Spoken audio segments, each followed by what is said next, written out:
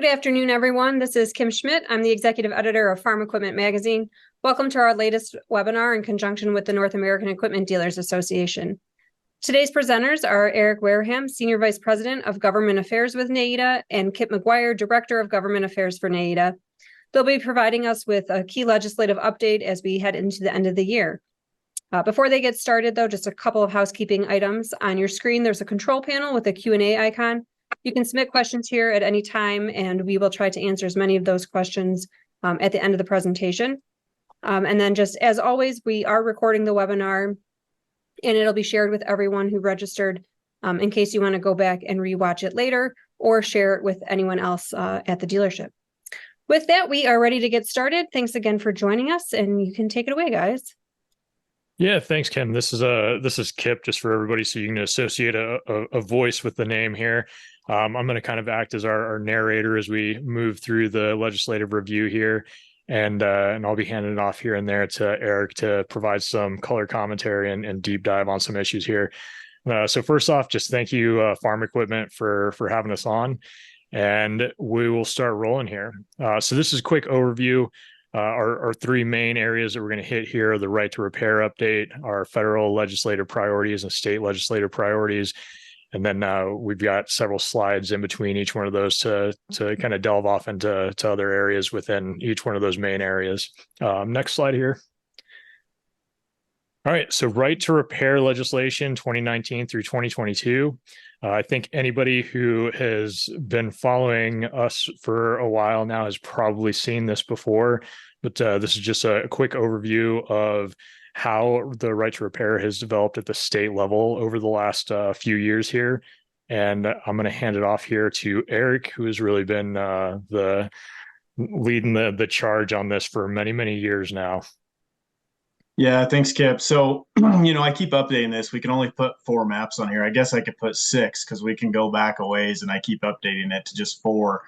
But it's kind of interesting to see the flow of where right to repair has moved around the country, and we'll get into some of the trends. Initially, it was sporadic and kind of unpredictable where right to repair would pop up. In 2019, it was kind of an off year. It had already come up and been debated in a lot of states, but then that top left map, you see it kind of on the West Coast, a little bit in the Midwest, and just sporadic around.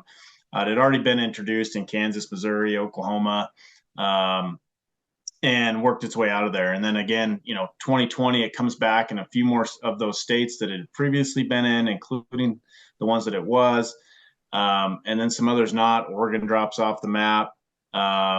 Colorado comes on the map, and some of them you can start to see as a mainstay. So you start to see a little bit of a trend with some states that continually reintroduce it. Missouri would be one of those. We all know the bill sponsor there, and it seemed like much like Representative Hovis down there in Missouri, a lot of his other fellow legislators in other states, once they got this issue and a handle of it, I think a lot of them saw an ability to rise to prominence, kind of ride the wave of this issue, and just kept reintroducing it year after year. And in 2021, during COVID, it was in a lot of states, but it fell off. 2020, I even forget the years COVID happened. That's all a blur. But regardless, it seemed like it kind of started to stick. It kept coming back, and you can see on the map in 22 that it's stuck in those states, Nebraska, Kansas, Oklahoma, Missouri, Texas, kind of the Midwest, and then the East Coast and the West Coast. I mean, it started to be everywhere. And that's when, we started to see a little bit of distinction amongst the bills. Instead of them being these broad-based right to repair bills that included, everything under the sun, the way they described it was a digital electronic device. So a lot of those bills were just that. But as we moved into 2023, here's the map. And, Kip, I guess you can give us an overview of the highlights of, what this year looked like, or so far, I guess. Well, yeah, so this was my first full year of going through a state legislative cycle. And so I don't know how comparatively this looks like from previous years outside of the little bit of talks that you and I have had before, right? But 71 bills across the nation. That included 31 states that are highlighted in purple there on the map. And that's a lot of legislation. Yeah.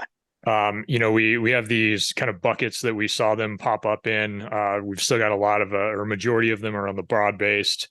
And then the very second major category that we saw this year outside of broad-based was the ag specific, which obviously for us and our members and those probably viewing this is quite concerning.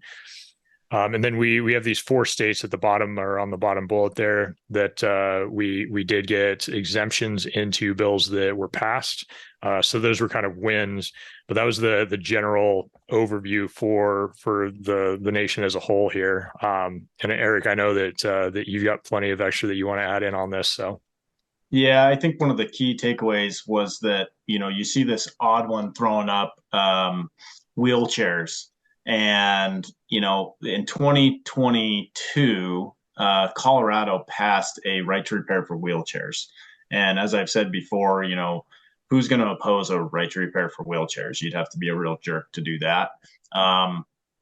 And that sort of, became the slippery slope. And, I didn't fully expect that. But what we saw, and we'll get deeper into Colorado later, walking through that bill, but just for now, it's worth kind of reiterating that the bill sponsor for the ag specific bill this year was the sponsor of the wheelchair bill last year. And so we see that as a route to get something passed and then build on it. And so there's 7 states with wheelchair bills. There's actually some hearings going on, I think this week or next, in California for a wheelchair bill. So we're keeping an eye on those. It sounds like it would be outside of our scope, but we're watching all of them to see what happens. And even with the exemptions, we'll talk a little bit more about whether those are going to stick or not. I know that in some states where there was a bill passed with an exemption, some of the bill sponsors have said they're already planning to come back and target ag specifically. So we have our work cut out for us, and things this year, I guess, I would say it blew up this year. I would say that it kind of, there was critical mass for the number of states introducing bills, and the amount of bills and the amount of co-sponsors that signed on to those bills in various states. We also saw it in states that I think, like Texas, for instance, you still had this issue of Republican co-sponsors and Democrat co-sponsors, although we'll get into how that dynamic has progressed to more of a progressive front, I guess I should say. All right, and then just a quick overview to our federal right to repair in 2023. As you can imagine, right to repair is going to go on for several more slides here, and we're going to come back and talk to the Colorado bill specifically here shortly. But we want to get through a quick overview of everything for this legislative cycle. So the only thing really at the federal level right now, as far as legislation goes, is HR 906. This is specific to motor vehicles. It has the 36 co-sponsors and is very bipartisan, 18 Republicans and 18 Democrats. And a follow-up to this was just recently here on July 18th, we had this House Judiciary Subcommittee on Courts, Intellectual Property, and the Internet held a informational hearing that was titled, "Is There a Right to Repair?" Kip, you actually, not to interject, but the purpose of this initially was, like Kip said, an informational session, and it wasn't really about a specific bill. There was actually another bill that was mentioned, but it seemed like the purpose of it was to focus on household consumer electronics, right? Isn't that right, Kip? Yeah. So the discussions that the discussions that we had with a couple of the members prior to the hearing, all the information that we got indicated that there was definitely no desire by any of the committee members or subcommittee members to bring ag into it. It was very much supposed to be kind of an auto and consumer electronics focused hearing. And specifically, they really wanted to delve into copyright laws and that intellectual property piece of the subcommittee's purview. But it rapidly included ag equipment and the ag industry. So I went to this hearing just to see what came out of it, and like I say, it rapidly, despite their best intentions, ag was thrown out there, and it certainly didn't focus on ag. But I just think at this point in time, in any of these right to repair issues, ag's going to come up now, especially in light of Colorado happening. Eric, you might have a different viewpoint on that, but I think that it's pretty safe to say that if right to repair is being talked about, the ag industry is going to be brought up. Yeah, I think that's right, because there's some poster childs for it. And what's interesting is that it's sort of shifted a little bit, because initially, going back 4 or 5 years, the poster childs for right to repair were always Apple and John Deere. And I don't know how those two got selected in the whole scheme of all digital products, but they became the target, so to speak. And so Apple has actually kind of fallen off, I think, somewhat. But John Deere has remained a mainstay in sort of this, corporate, who are we going to pick on in corporate America and highlight?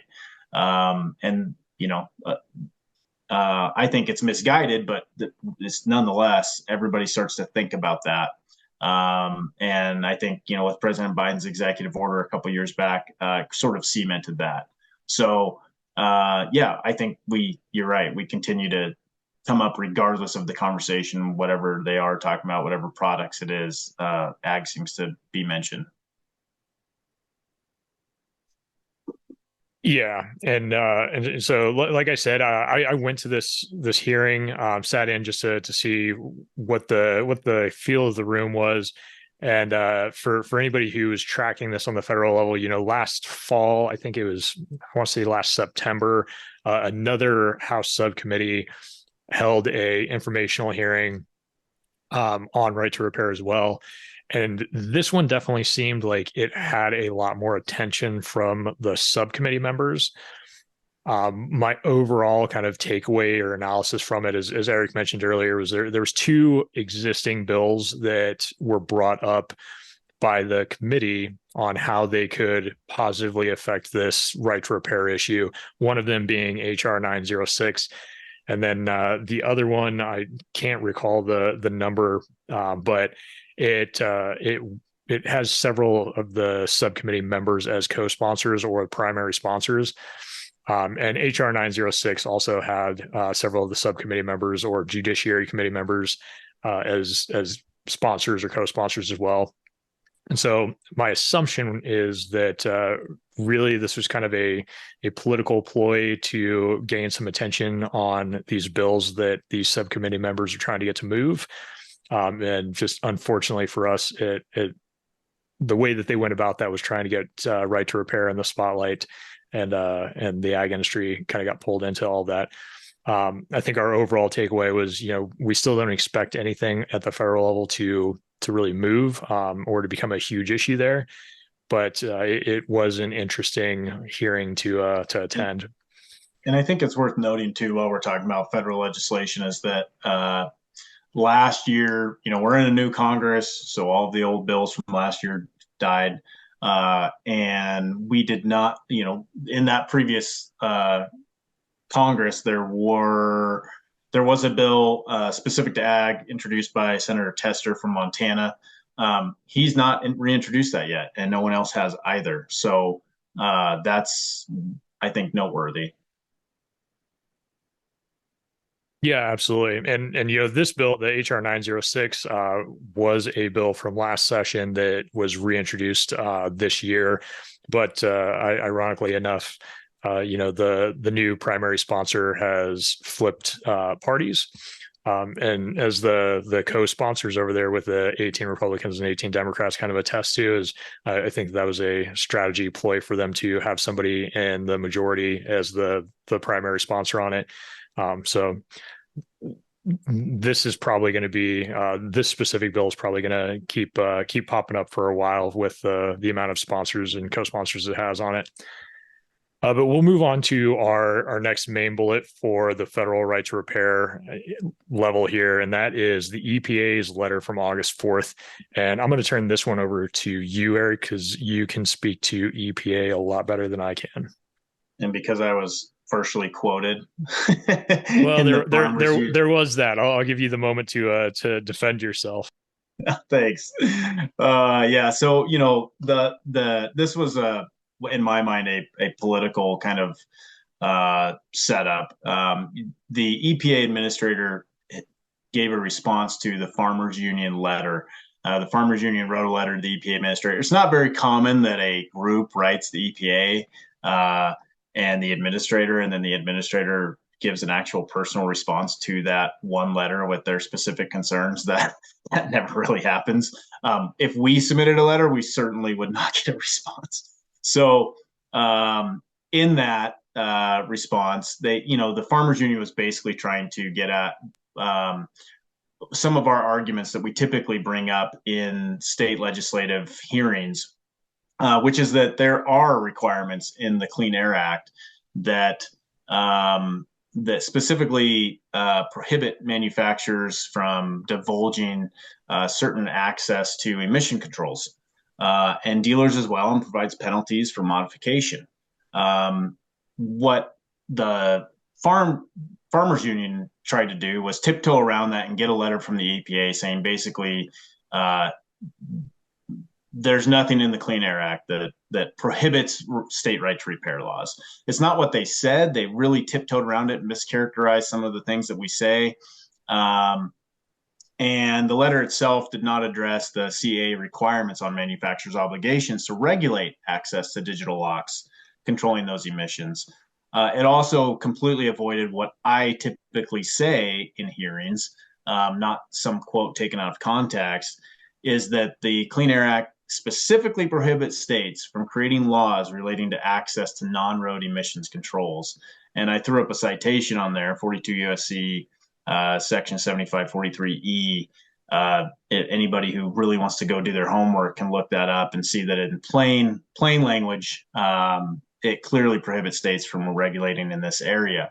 So that's what we talk about. The letter itself, got into areas talking about what is required to be in service manuals, and can owners and independent repair shops perform repairs on emissions.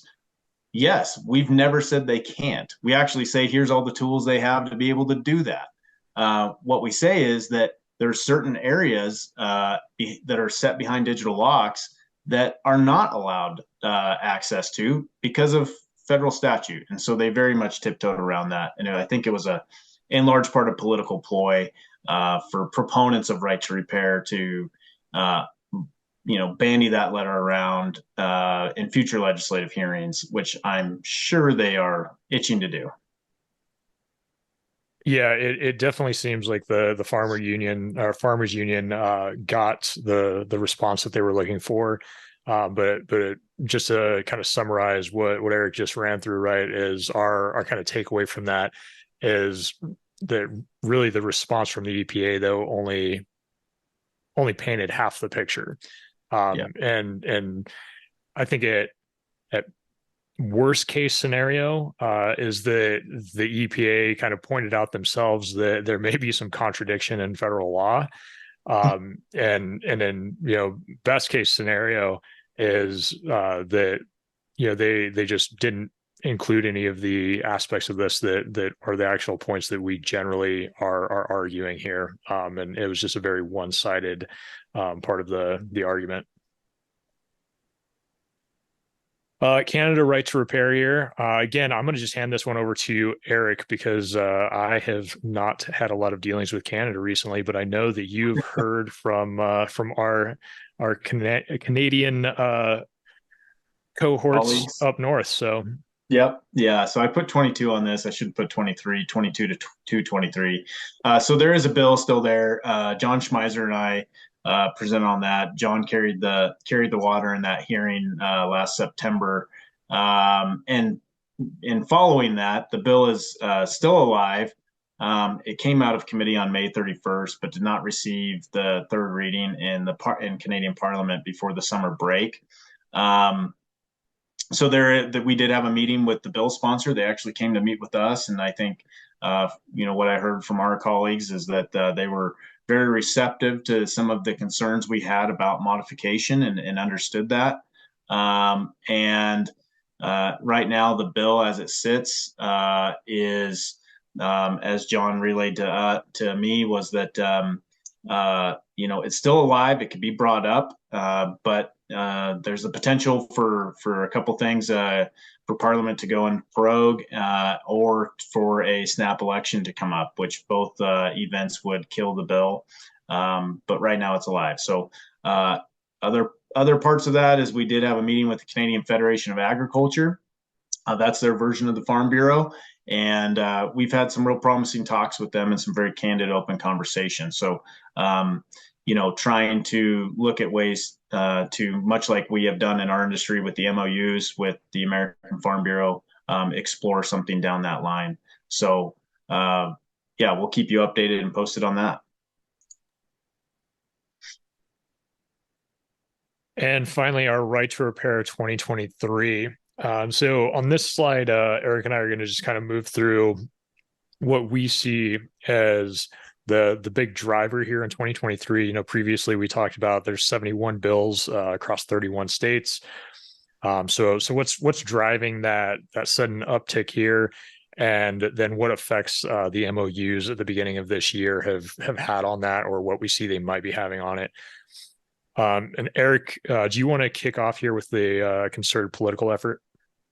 Yeah, so what we noticed as this started to roll, and especially coming out of Colorado, were two things. One, that really gave us the idea that this was turning into a partisan issue or somewhat politicized was, and these kind of go hand in hand. One is the MOUs came out, and I think our hope was that here's a private sector industry solution that negates the necessity for legislation. And, by and large, in the Republican states where it was introduced, when we hammered that, a lot of the legislators backed down, because even the populist Republicans, I think, still have a lingering sense of limited government, and that they shouldn't be passing unnecessary mandates. If private industry can work it out, then all the better. And I think they saw that. So a lot of states, stepped back and that were Republican controlled, and said, okay, you guys you fix that. But even with that, I'm just going to highlight you saying that we hammered that down, right? Because every single place that I went and testified during this session, there was always a question about, why should we trust the MOUs? What is there? And I think that leads into, some of this politicization that you're talking about on the issue, because that plays into this argument of, well, we're just codifying the MOUs. What's right. Wrong with that? Why shouldn't we do that? Yeah, so I think that was philosophically, the Democratic Party is more predisposed to believe that government is the answer. I don't think that's a mischaracterization. And so, if private sector is doing it, great. Let's codify it. Well, the problem is that the legislation didn't codify the MOUs. It went much further than that into a lot of other things that we'll talk about here in a bit. But the reasoning, the motivation, I guess, behind it is that, we are heading into an election year. We've already had some debates, and everybody's aware of that. The Democrats are certainly aware of it. And one of the things that has happened over the last, few decades is that Democrats have steadily lost ground in rural America.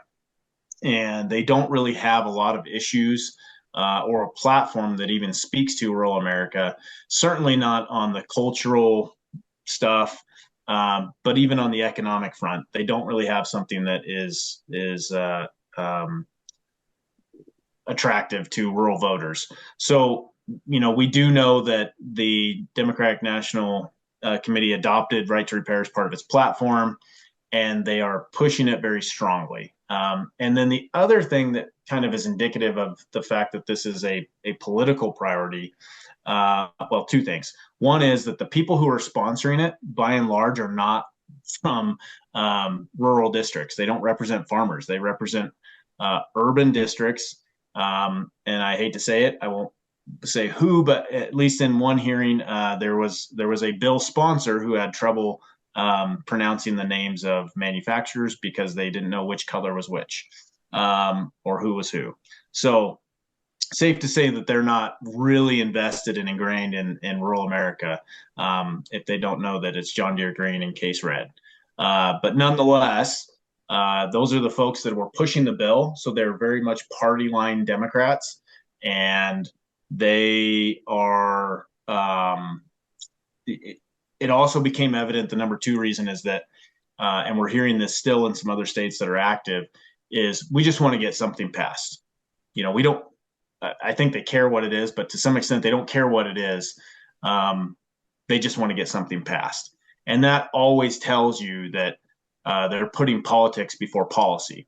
And, I typically have to point out that good policy makes good politics, not the other way around. And I think that's the prevailing spirit of some of these states where Democrats are sponsoring this and pushing this. They plan to run on it. And I think we're going to see it at the national level as well, because it's their one platform that they have that speaks to rural voters. I guess, Kip, too, the other thing is the effect of the MOUs. We talked about that and you mentioned it. We thought these MOUs would do the trick, but really what we had is, a lot of people saying, well, there's no enforcement mechanism in that. And all these MOUs are a pinky promise, and you can back out of them at any time. And I guess what legislators failed to understand who are claiming that is the huge reputational risk that manufacturers have if they did back out of this. There's now five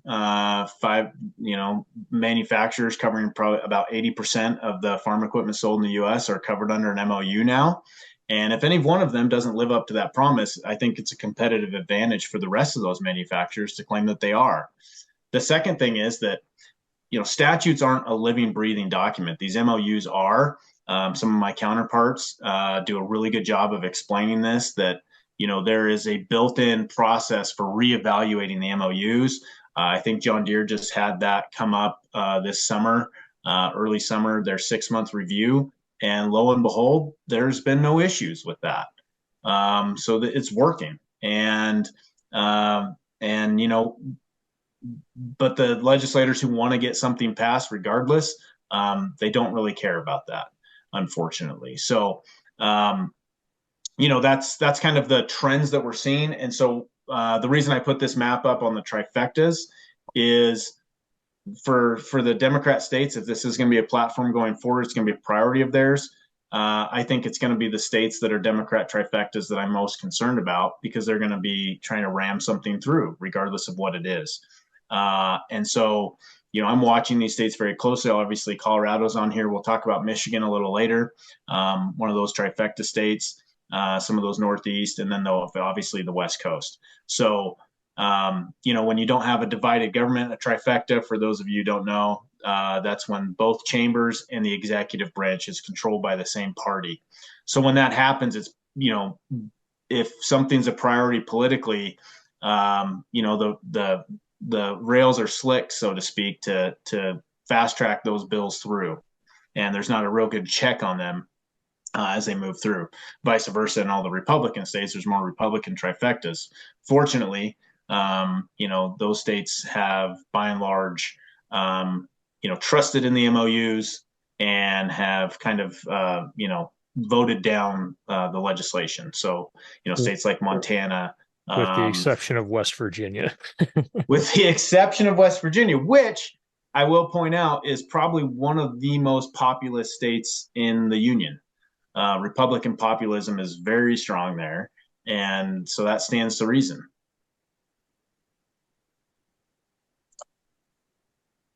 All right. And Right to Repair 2023 continued. So we're going to hit a couple of the states specifically that were kind of the battleground states for us this legislative cycle, and a few of them are kind of ongoing. I don't think that we have any live bills necessarily, but we definitely have a couple of states that we know are going to be a battleground in the coming legislative cycle here. And so first off, Colorado HB 23 TAC 1011. So I'm sure that everybody's aware this is the first ag-specific right to repair bill that was passed in the nation, Colorado, this year. And Eric was on the ground there for, I know, at least one day, I think maybe a couple of days on several occasions. And so, Eric, do you want to go into what you were doing there and kind of what was going on there? Yeah, well, it was certainly a battle, and dealers showed up in mass. We actually had a 7.5 hour long hearing in the Senate. We had, I don't know, 50 dealers, personnel there testified against it. But nonetheless, it passed. And actually, a Republican vote was the tiebreaker, unfortunately. And I think voted for the wrong reasons. When a legislator tells you that it goes against everything in their conscience and their philosophy, but they're voting for it anyways, it makes you wonder. But nonetheless, that was what happened.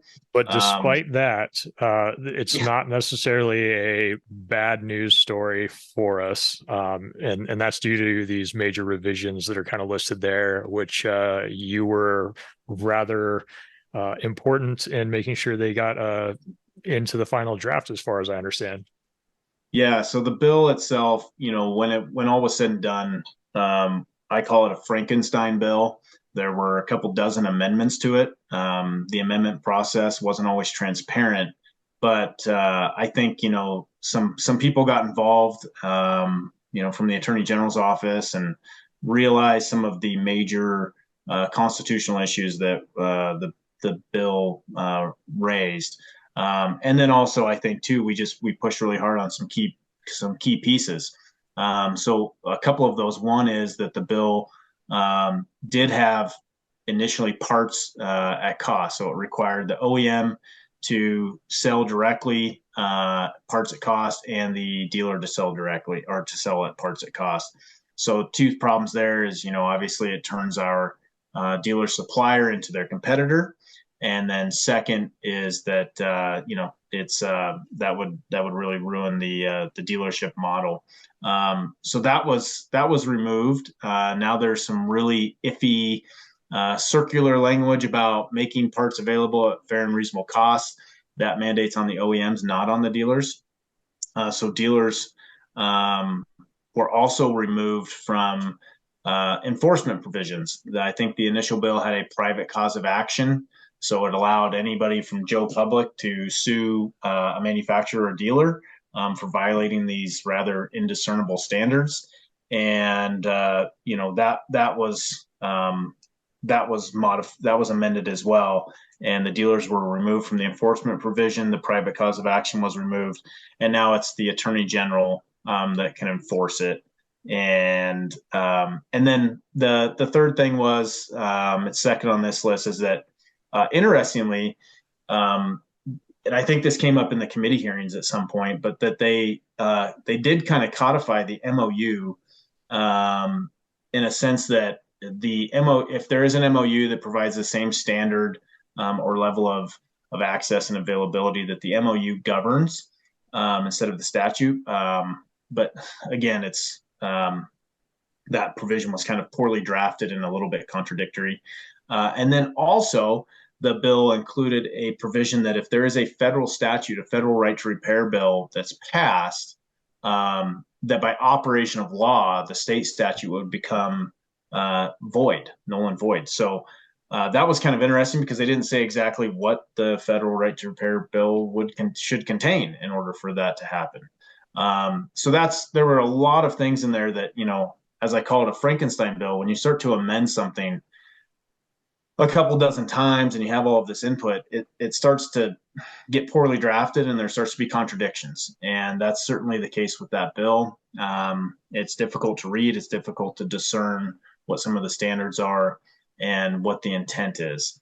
Well, and the interesting thing, and I think that on another slide here, we're going to go more in depth into, you know, how these drafts that we're seeing are kind of a poor starting point. But you know, the major poor starting point from our industry perspective is this parts at cost. And it's interesting. I've found it interesting whenever I'm in front of a committee or a legislative body talking about this, on trying to get them to understand why that's so bad. And I know that for anybody listening out there, you know, everybody out there on this podcast probably or webinar probably understands why that is inherently a bad thing. But in Colorado specifically, it was pretty interesting for me because they didn't actually require dealers to sell at cost. I don't believe it was just the OEMs. But again, like you said, right, the dynamic that then sets up is manufacturers now have to sell direct and at cost, and so they're in direct competition with their own dealers, which is just a very odd dynamic, right? And certainly not good for dealers. And so, like I say, I know we're going to go more in depth into this, but that is that's a sticking point, right? Is that's a completely unacceptable starting point for our industry. Yeah, absolutely. And here's the other remaining ones. I guess, Kip, maybe you can walk us through kind of the overview here. Yeah, so our other two major ones that are listed here, I think the one that isn't listed, but we've kind of already alluded to, was also West Virginia. But so Vermont and Michigan, Vermont actually had a, you know, as our first bullet points out here, an extremely thorough deliberative process and had a lot of witnesses and gave witnesses a lot of time to make their arguments. I know Eric went and testified in Vermont, or testified digitally in Vermont for this, and I can't remember. I think they gave you something like 45 minutes, which is just like unprecedented. I testified two different times, and I think combined it was, you know, over an hour. One 45-minute session, one 20-minute session, or something like that. So, yeah, they certainly did, and you know, they gave due time to, you know, proponents and opponents. So dealers have their say in there too. And I've always said that, you know, if the more time we have to explain this and dive into it, the better off we are, because I believe that, you know, we can really make those points. They're very complex, and it takes time to flesh out what those arguments are and for people to understand them. And when they really do start to wrap their heads around it, I think reasonable people see the real unintended consequences and pitfalls of the legislation.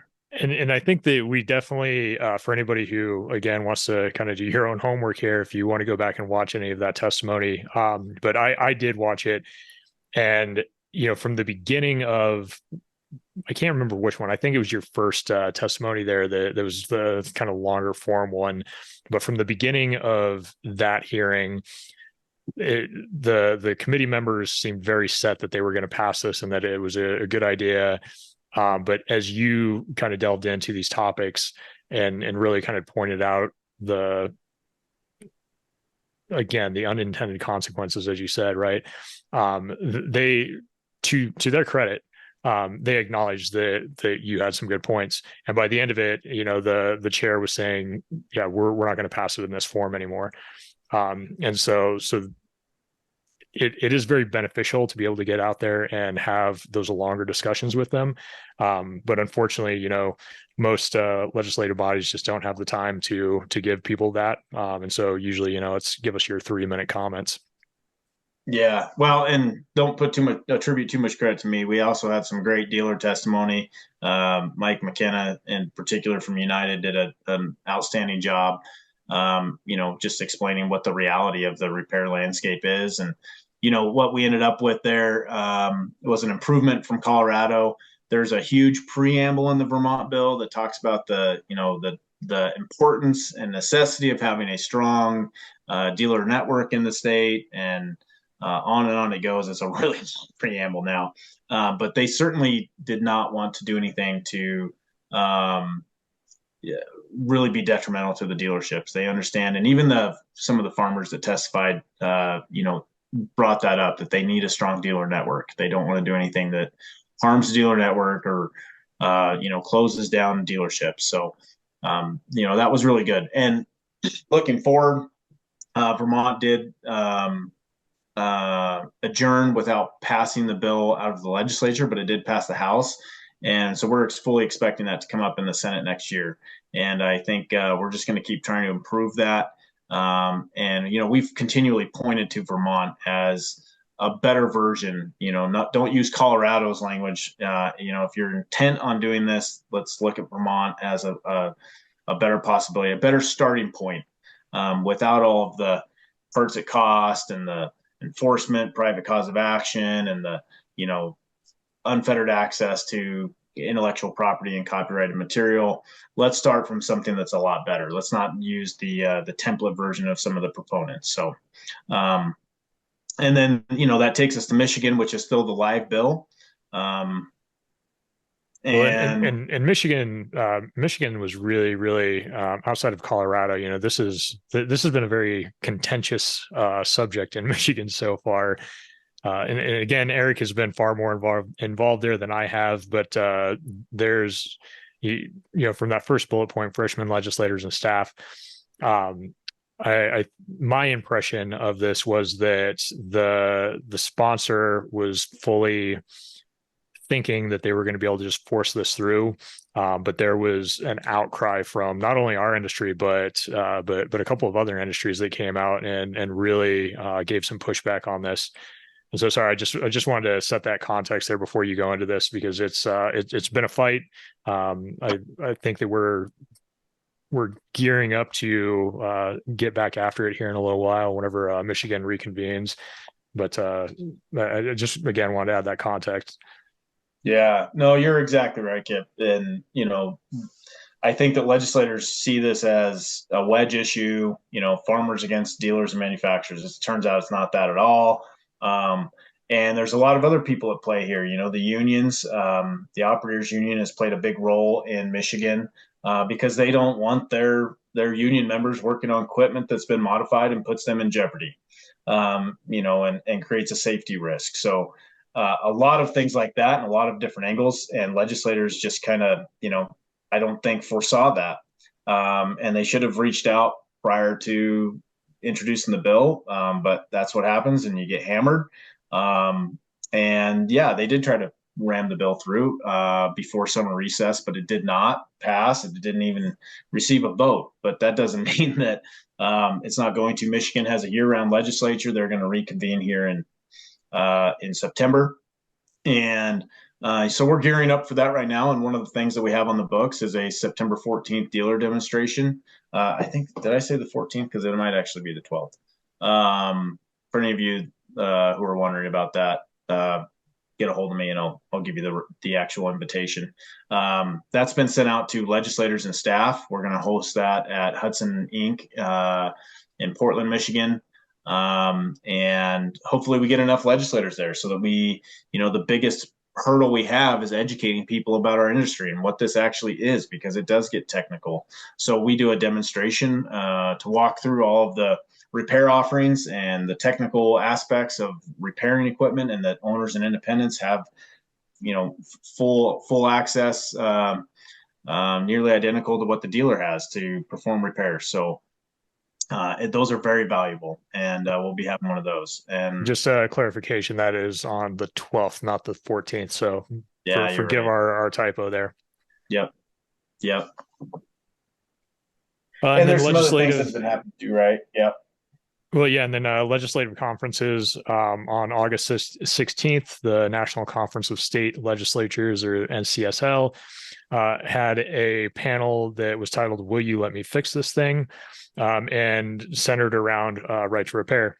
And so we just bring this up because it appears that proponents for right to repair are making the rounds at legislative conferences and trying to get this in front of legislators in the interim.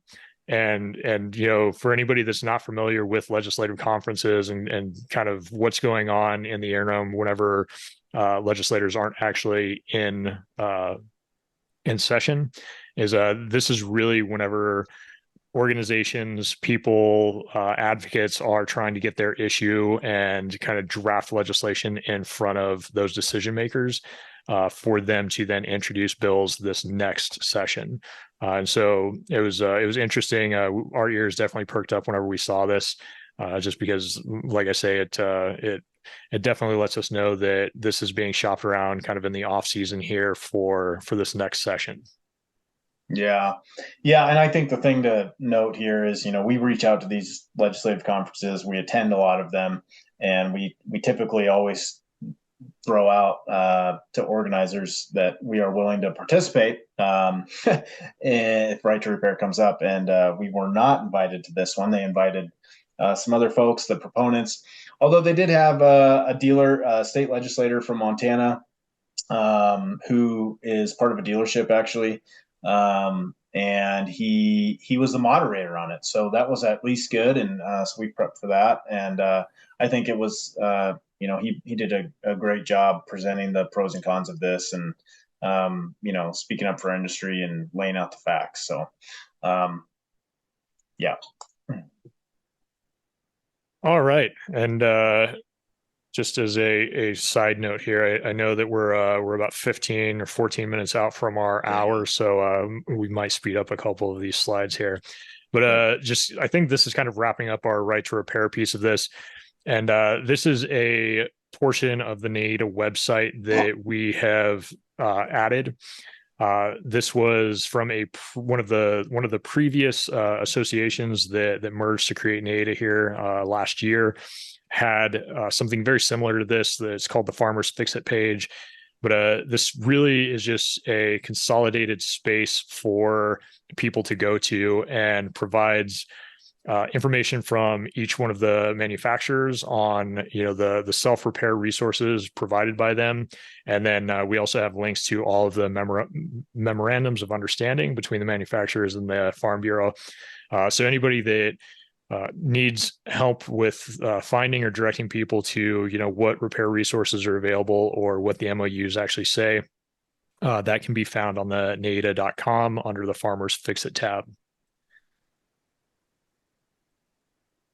And then we just wanted to give a quick overview of the NAEDA DC fly-in that we had earlier this year in March. And so I'm sure that most of you are probably familiar with DC fly-ins, but they serve as the key federal advocacy event for an association. And so this was our first as NAEDA. And we had 22 dealers participate from 15 states.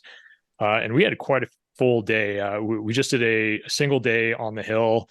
And we had 27 congressional members that we engaged with either directly with the members or their staff throughout the day. But 27 in a single day is a pretty full schedule. And, significantly of those 27, we had two private events for the participants that were kind of set up around meal times that we were joined by the House Ag Committee Chair, G.T. Thompson, and the Senate Ag Committee ranking member, Senator Bozeman. And so it was great to have them come in and speak to the dealers who participated in the fly-in. I think the reviews that I got was that all of the dealers thought that it was incredibly impactful and well worth their time to go to.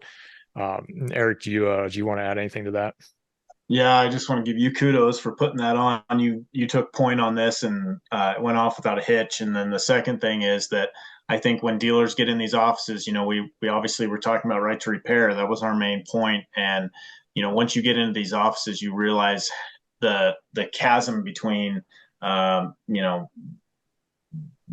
understanding the issue and having some, I guess, presuppositions or sort of very superficial knowledge about the issue, which is expected because there's thousands of issues. But I think it's just all of our dealers walked away understanding the need for more education and more engagement with Congress to get them up to speed and frame the debate and give them the dealer perspective. So I think we did a great job in starting that, and I hope it's already paying some dividends. All right, and our federal priorities: Farm Bill reauthorization. The Farm Bill, as far as our members, dealers are concerned, the Farm Bill doesn't necessarily directly impact us. We have a lot of kind of upstream and downstream benefits from it, but there's not a lot directly affecting dealers. But with that being said, there are a couple of issues that we're still jumping in on and see benefit for our members that we've been advocating for.